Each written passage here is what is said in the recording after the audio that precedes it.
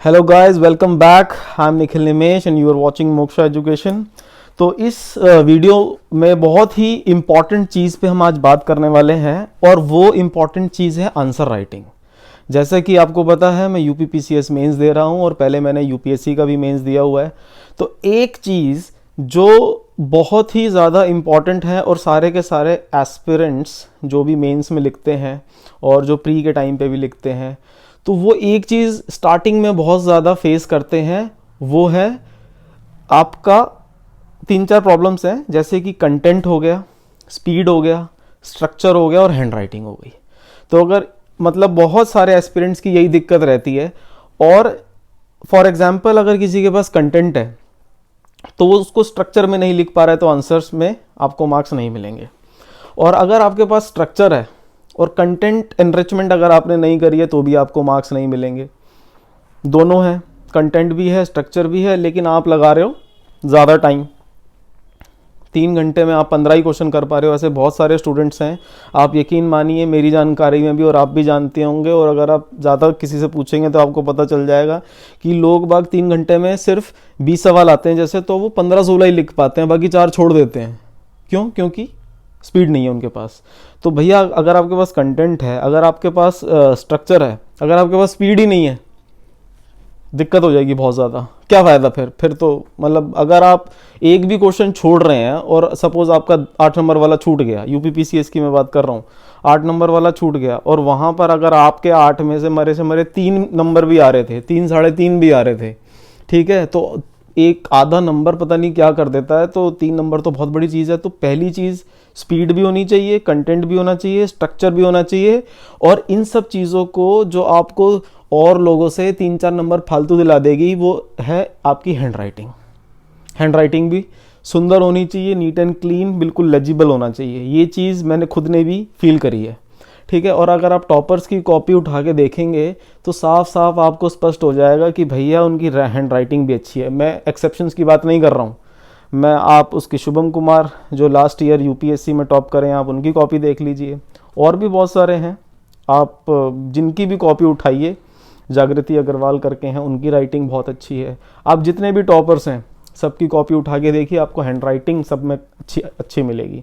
Content भी होगा, structure भी होगा, और भाई साहब वो टाइम बाउंड मैनर में पेपर भी पूरा का पूरा सॉल्व कर रहे हैं, ठीक है। तो अगर ये 3 चीज़ें, ये 4 चीज़ें अगर आपके पास नहीं है तो भैया इन पे काम करिए। और अगर आप इन पे काम नहीं करेंगे तो यूपीपीसीएस यूपीएससी भूल जाइए।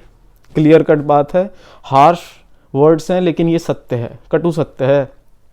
और पहली बात तो आप 20 क्वेश्चन लिखते हैं 3 घंटे में बैठ के, और कई सारे बच्चे अभी तक जो मैंने देखे हैं जो यूपीपीसीएस मेंस दे रहे हैं, वो अभी आंसर राइटिंग से भाग रहे हैं। वो ना बचने की कोशिश करते हैं कि नहीं यार नहीं लिख रहे हैं, अच्छा मैं पहले कंटेंट तैयार कर लूँ, अच्छा फिर मैं स्ट्रक्चर तैयार कर लूँ। भाई साहब अगर आपने 50 टॉपिक तैयार कर लिए और 50 टॉपिक पे आपने 3-3 4-4 पन्ने भी तैयार कर लिए और उसको आपने पूरा लगा दिए 20 दिन, 50 टॉपिक तैयार करने में 20 दिन लगा दिए और खूब अच्छे से, फिर आप याद कब करेंगे? और फिर उसको स्ट्रक्चर में आपके टाइम बाउंड मैनर में कैसे लिखेंगे? और फिर आपकी हैंड राइटिंग का इशू। तो भाई साहब 4-4 5-5 टॉपिक तैयार करिए और उसको आप याद करिए और उसके तुरंत आंसर लिख लीजिए, ताकि आपको पता चल जाए आपको। और उसको पी रिव्यू करा लीजिए, या फिर जो टेस्ट सीरीज आप दे रहे हैं उसको बिल्कुल रिलीजियसली फॉलो करिए, और वहाँ से आपको आपका पता लग जाएगा लेवल क्या है। अभी भी वक्त है, 52 डेज बचे हैं। अगर आप कर सकते हैं आंसर राइटिंग तो बिल्कुल करिए।